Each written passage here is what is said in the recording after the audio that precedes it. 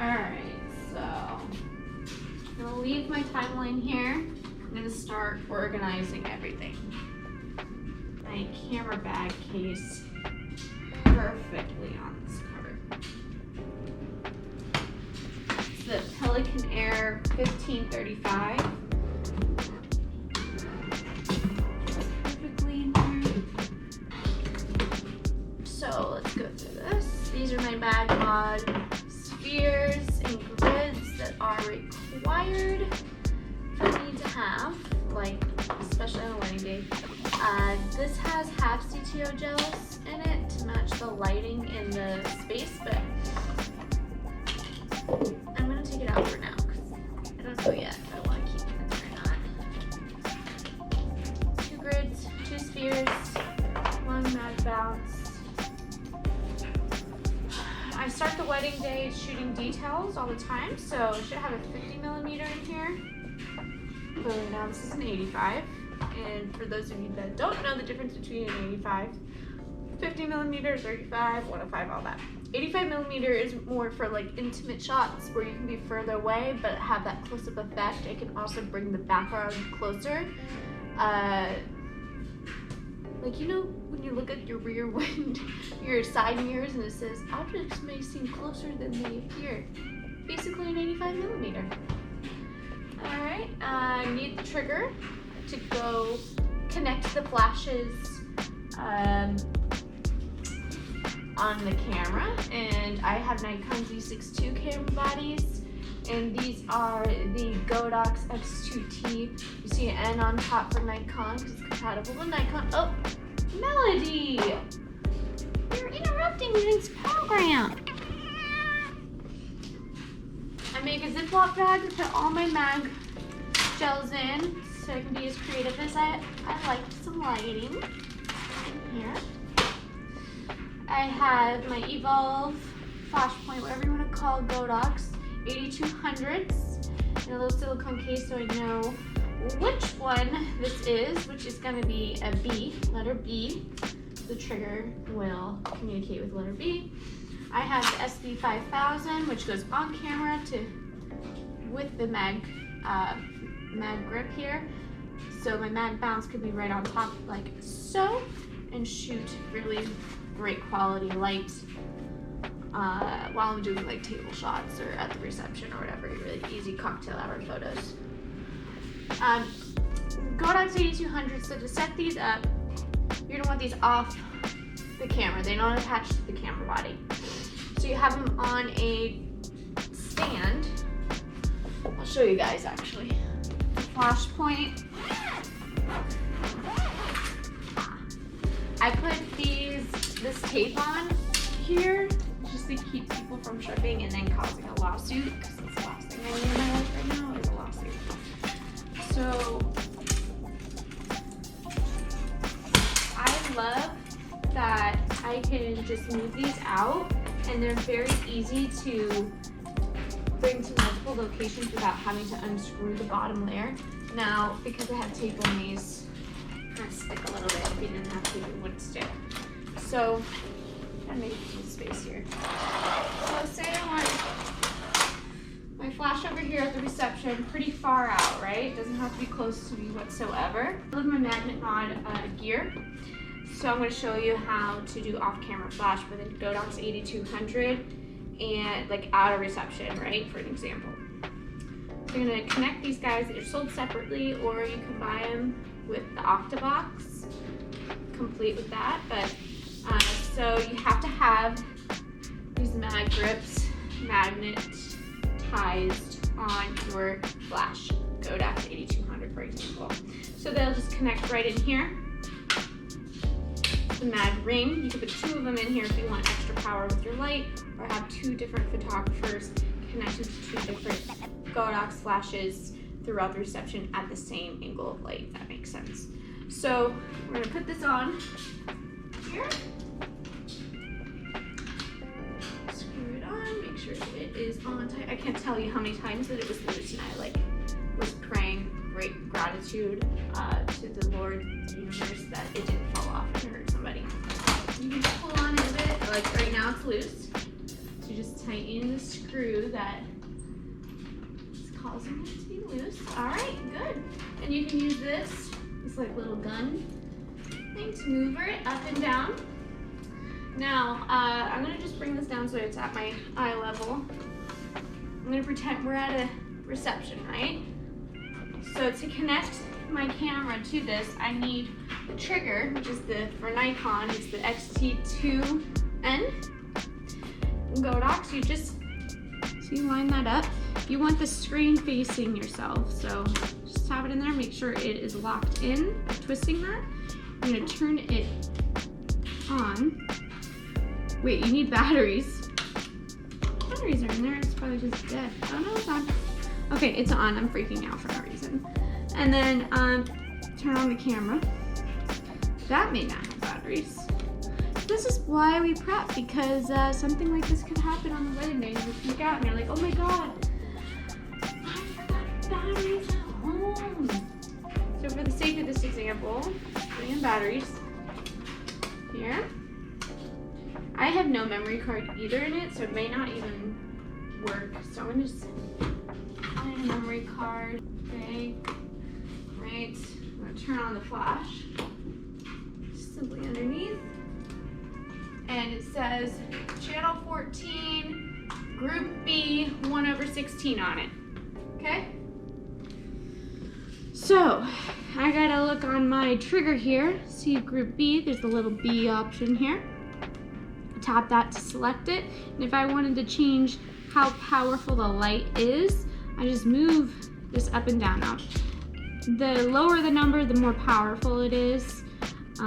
For receptions, I usually stick around the 16 to 32 mark. So I'm gonna just do 32 for now, because if it's a higher number, less power is coming out. And then I'm going to turn off the trigger. Just keep it as is. I'll select another letter that's an active, like C. Okay, turn off the trigger. Turn on my camera. And I'm gonna want to, I want to make sure, usually at receptions, my settings are at f4, 200, ISO 1600 is normally where I'm at, but just depending on how the ambiance of light is looking, things like that, right? So that's usually my settings for reception. Then I'm gonna turn back my trigger, light. And now every time I hit the button, wherever this light is hitting over there, okay, is going to light up the scene, okay? I don't want to go too deep into this, but I just want to show you how this works, okay? So I'm gonna take a picture of my suitcase. Flash goes off, it's triggered, and there's a picture of my suitcase, okay? That's how the light is connecting. It works that way. And you can really control how much output of that light comes out with this trigger without even having to touch that off-camera flash. And you can move that flash wherever you want just to see where that light is hitting. Like if you want the light hitting just the guests and no light on the couple, whatever, you could do that.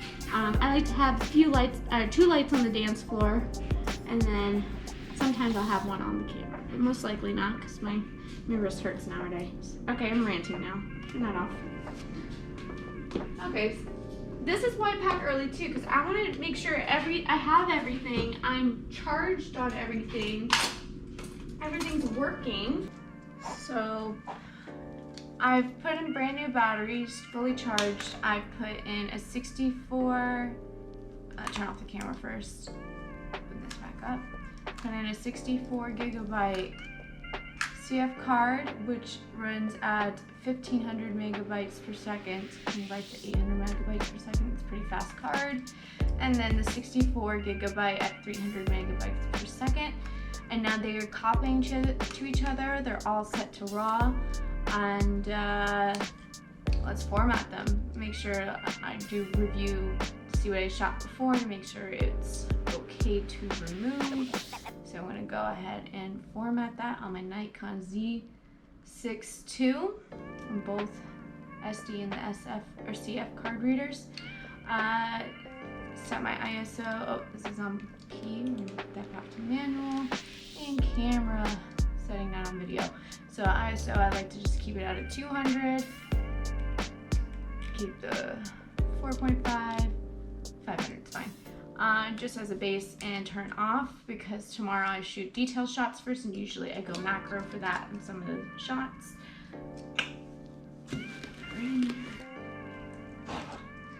All right, second camera with my 85. I want to just make sure anything I shot on here can be removed. So yes, I'm going to format that. And I just realized I don't have a CF card in here. So what I'm going to do, add a CF card and make sure my SD card is a 32. I don't want that. I want 64s. So this is why you check. Things like this happens. I might as well resolve it now before the wedding day so you're not flustered on the day of. Perfect. Fantastic.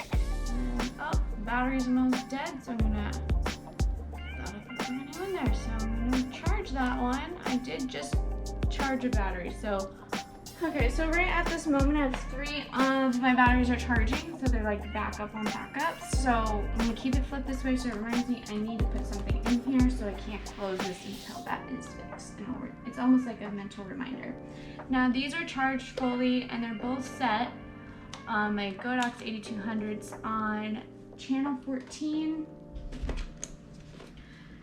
Right, AB 3216 is fine. Battery is full on both. Fantastic.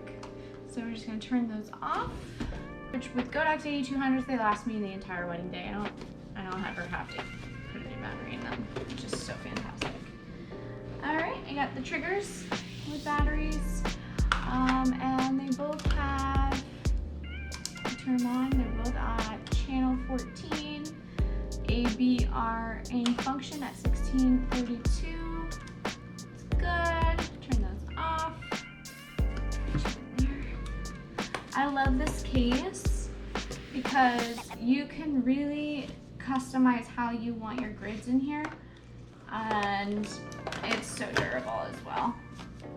Rugged. All right. Let's see what rounds I want in there. Actually, move these guys because this is here. Yeah, nice and snug. Snug, nice fit.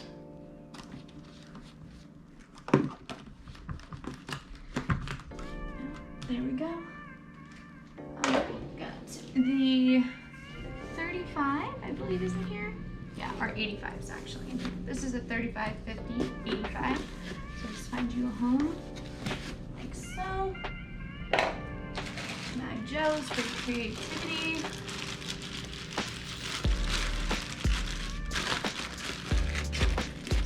In there. All right, now we got the grids, 2 of those, spheres. Oopsie, daisy. And what's great about with Mod, you can literally just slip these anywhere.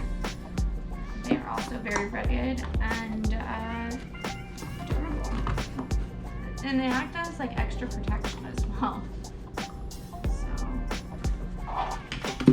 So I have this spider holster, and it's gonna hold both of the cameras around my hips, one on each side like a gun holster, and I can lock the camera in easily, so if I'm bending over so the camera doesn't slip out of this lock.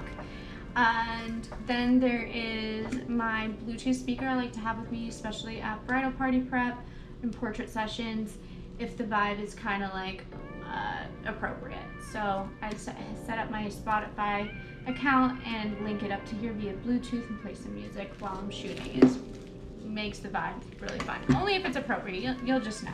You'll know in the moment. In a separate bag, I'm gonna have this aerosol atmosphere spray. This is what gets really creative. With my photos, you can do this with an off-camera flash and then smoke behind the subject, and it makes a really cool effect behind them, like fog. Movies use this all the time. One thing to know about this is that you do not want any flames near it because it is flammable, like hairspray. Fairy lights to get creative with nighttime portraits. So I have those, and they're just like the very generic, like I think about a foot to 3 feet long, battery operated lights. Have like about a dozen of those. Sparklers for nighttime portraits. I only bought 4 of them, so 2 are for the subject, the couple at nighttime, and the other 2 are back up in case the first portrait doesn't go well. I have the other 2 in here. And then I have a windproof lighter to go with that. And you can get this at local gas stations, bodegas. And I'm bringing my GoPro, obviously, because I'm filming on it now, and I'm going to show you guys results throughout the day. I have 2 light stands. I have my mag box, Octabox, in case I want to use it. I don't always use it. And I have a lightsaber for nighttime portraits, just in case. I like just in case. And that's about it. You'll see me tomorrow working on the wedding day. But yeah, that's it.